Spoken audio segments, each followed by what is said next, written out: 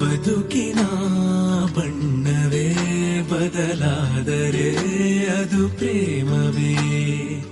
ಬಡವನ ಕಣ್ಣಲು ಬೆಳಕಾದರೆ ಅದು ಪ್ರೇಮವೇ. ಕೊರಳಿದು ಕಂಪಿಸಿ ಬಿಗೆಯಾದರೆ ಅದು ಪ್ರೇಮವೇ.